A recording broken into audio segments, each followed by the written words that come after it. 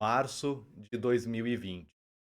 Logo após a publicação da Lei 13.979, escrita, construída em tempo recorde, como nós conversamos no vídeo anterior, o Brasil parava e o governo federal precisava agir e rápido. Foi então que o Poder Executivo entrou em ação. O presidente editou decretos, convocou ministérios, anunciou medidas provisórias e editou portarias. Todas medidas polêmicas, questionadas amplamente na mídia, debatida pela população nas redes sociais.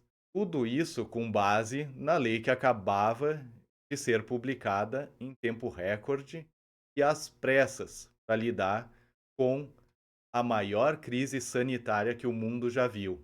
Essa lei, ela dava ao executivo poder para adotar medidas drásticas: quarentena, isolamento social, fechamento de fronteiras, requisição de bens e serviços, como nós já discutimos no vídeo anterior. Mas o país se dividiu. Enquanto governantes e prefeitos determinavam isolamentos e lockdowns, o governo federal, especialmente na figura do presidente da República, adotava um discurso diferente, o de manter a economia funcionando. E aqui eu não estou julgando o mérito, eu não estou dizendo se estava certo ou errado, prestem atenção. Mas o país, então, ele se dividiu. Pesquisadores apontaram, em estudo divulgado pelo El País, que houve uma estratégia institucional de propagação controlada do vírus, priorizando a retomada econômica. E o resultado? Bom, em poucos meses o Brasil registrou 100 mil mortes. Até o fim da pandemia, mais de 693 mil vidas foram perdidas. E o país inteiro começou a se perguntar: quem toma as decisões? De onde vem tanto poder? Como alguém pode, com uma assinatura, mudar o destino de milhões de brasileiros? Hoje, a gente vai entender quem é o responsável por colocar as leis em prática, quem transforma o que o Congresso construiu em ações reais e factíveis que impactam na vida de cada cidadão do território nacional. Esse é o papel do Poder Executivo, o braço que faz o Estado se mover. Mas, para entender o que é esse poder e até onde ele pode ir, nós precisamos dar um passo para trás. Então, vem comigo que hoje eu vou te explicar como funciona o poder executivo. Nos vídeos anteriores, recomendo que vocês façam uma revisão aqui no canal. Se não viram, voltem e vejam. Falamos sobre a divisão do poder no Estado Democrático Brasileiro e eu expliquei para vocês o funcionamento do poder legislativo através da criação da Lei 13.979. Hoje, então, nós vamos dar continuidade à nossa explicação do direito de forma prática, simples, objetiva e com exemplos reais, para que vocês entendam de uma vez por todas como que funcionam as leis no nosso país. Bom, o poder legislativo, então, ele constrói, ele cria as leis. Isso nós vimos na aula anterior como que isso funciona na prática. O poder executivo é quem executa, quem governa, quem faz o Estado se mover. Ele administra o Estado, coloca em prática as leis e as políticas públicas que afetam diretamente a nossa vida: a saúde, a segurança, a educação, o transporte e a economia. No Brasil, ele é exercido pelo presidente da República, pelos chefes do executivo: o presidente da República, os governadores e o prefeito, cada um dentro dos seus territórios de atuação. O presidente no território nacional, os governadores nos territórios estaduais e os prefeitos territórios municipais.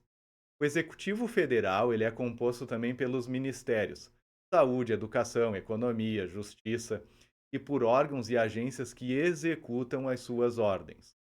Mas atenção, o executivo, lembrem-se, ele não cria leis sozinho. Ele pode propor projetos, mas quem aprova esses projetos, criando efetivamente as leis, é o legislativo. A principal função do executivo é fazer cumprir o que já foi decidido em lei, nada mais, e administrar o dia a dia do nosso país, seja nas esferas federal, estadual ou municipal.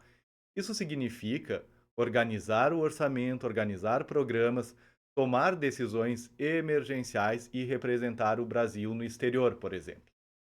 Em momentos de crise, como na pandemia, esse poder ele ganha destaque. Por quê? Porque ele precisa agir rápido. Mas é aí que mora o risco. Quando a pressa encontra a política, as decisões podem e geralmente se tornam polêmicas. Vamos fazer o seguinte: vamos utilizar uma metáfora. Pense no Estado como um time de futebol. O legislativo vai ser quem escreve o regulamento para esse campeonato, vamos colocar assim. O judiciário, ele vai ser o árbitro que vai atuar nos jogos para ver se os times estão jogando conforme as regras. O executivo, ele é o técnico, ele é quem escala o time, define a tática e dá o ritmo do jogo, com o objetivo de ganhar esse jogo. Se o técnico erra a estratégia, o time perde. Se acerta, o país vence. O problema é que às vezes o técnico joga ofensivo demais e acaba deixando a defesa descoberta. Foi mais ou menos o que aconteceu durante a pandemia. Em 2020, o governo federal, ou seja, o executivo, ele decidiu apostar na reabertura gradual da economia. Criou linhas de crédito emergencial, autorizou importações rápidas de equipamentos, simplificou contratações públicas. Essas eram as ações típicas de execução, transformar a lei em atos concretos. Bom, mas ao mesmo tempo houve uma, houve uma resistência em coordenar as medidas de isolamento que eram fundamentais para a contenção da Covid-19. O discurso presidencial priorizava a economia e as orientações do Ministério da Saúde mudavam com frequência. Quem acompanhou naquela época, que tinha enfim, mais idade, que via os jornais, notou essa aparente contradição entre o discurso do Ministério da Saúde e do presidente da República, especialmente no início, entre o então presidente Jair Bolsonaro e o ministro Luiz Henrique Mandetta. Mas, enfim, governadores e prefeitos seguiram caminhos próprios, decretando medidas mais restritivas. O resultado foi um país dividido. Cada estado com uma regra, cada cidade com uma interpretação própria. Em 2020, o STF precisou intervir, reafirmando que estados e municípios também tinham competência para adotar medidas de ordem sanitária. Como eu falei para vocês, divisão dos poderes, STF, guardião da Constituição Federal. Aqui o árbitro, então, do nosso jogo. Foi uma... Observar tudo isso foi uma aula prática sobre a separação de poderes e sobre o sistema federativo. O Executivo Federal tinha o poder de coordenar, mas não de centralizar tudo. E quando a coordenação falha, o Estado ele perde a eficiência. A política pública ela se fragmenta. E quem sofre com tudo isso somos nós, cidadãos, e não sabe qual é a regra a ser seguida. Isso gera tumulto, isso gera insegurança. E o episódio da pandemia mostrou o quanto o executivo é poderoso, mas também o quanto precisa ser responsável, técnico e transparente. Se o Estado, então, é um time, o executivo é o técnico. Mas se o técnico não pode jogar, mas o técnico, ele não pode jogar sozinho nem ignorar o árbitro. No caso da pandemia, vimos o que acontece quando o time entra em campo sem sintonia.